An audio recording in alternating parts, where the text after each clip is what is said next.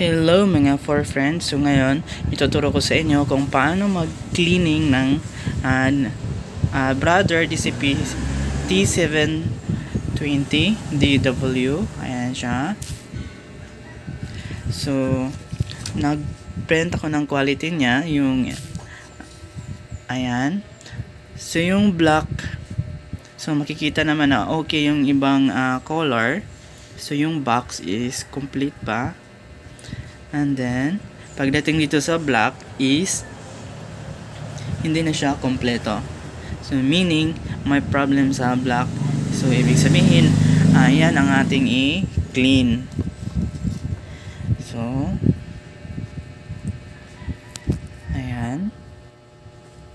Punta lang tayo sa menu, maintenance. Tapos, cleaning, okay natin. And then, may mga option kasi yan. Black, color, all. Ayan siya. So, i-select ko yung black kasi yung black yung may problem sa quality ng pag-print. Black.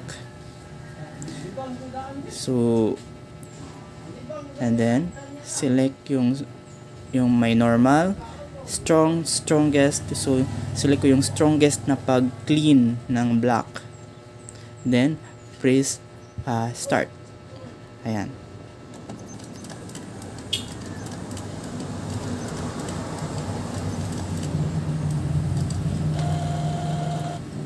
So, ayan. Nag-start na siya.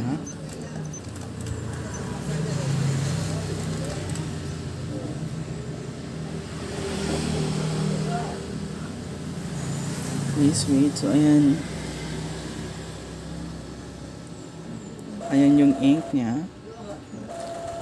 Ayan.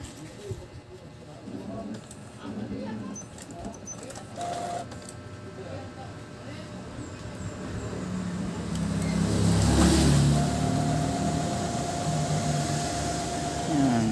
Nag-cleaning pa siya.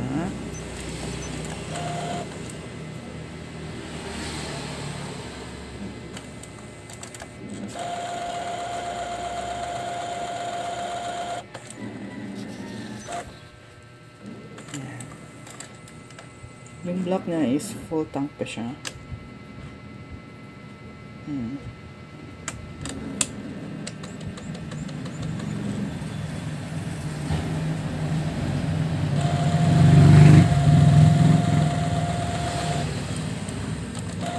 Actually last week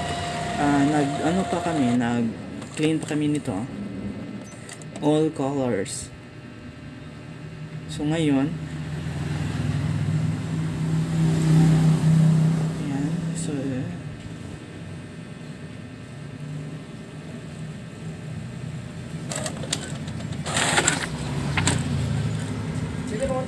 oo. Nakay. Mga inventory. Mga puluhan na ba sa inventory? Wala. So ayan. Try na natin yung print quality niya. So yung M, yung C, W, Y instead. So okay naman yun, 'di ba? So yung black talaga yung may problem. Then okay siya. Yung pa po